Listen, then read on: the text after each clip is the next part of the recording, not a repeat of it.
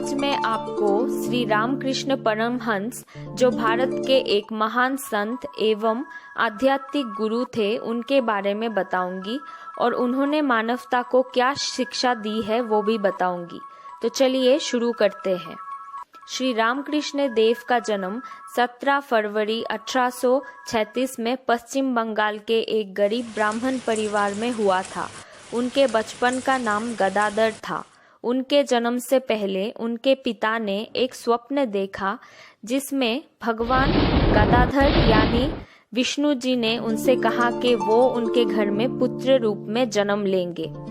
रामकृष्ण देव को परमहंस कहा जाता है। परमहंस का मतलब है दिव्य हंस, जो पानी और दूध के मिश्रण से सिर्फ दूध को निकालना जानता हो।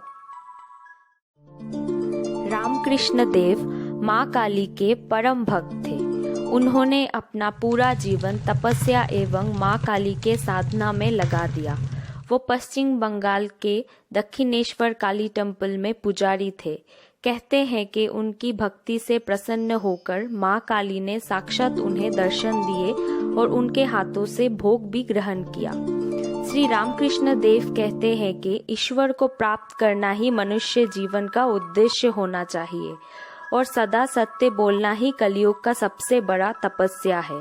इसलिए बिना सत्य बोले भगवान की प्राप्ति नहीं की जा सकती, क्योंकि सत्य ही भगवान है।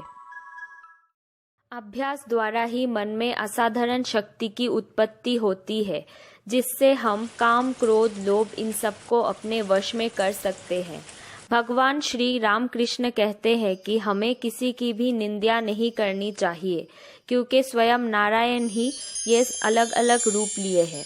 जो भी धर्म हो, जैसा भी मत हो, सभी वो एक ही ईश्वर को पुकार रहे हैं।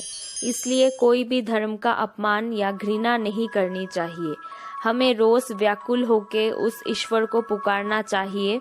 व्याकुलता के बाद ही ईश्वर दर्शन होते हैं।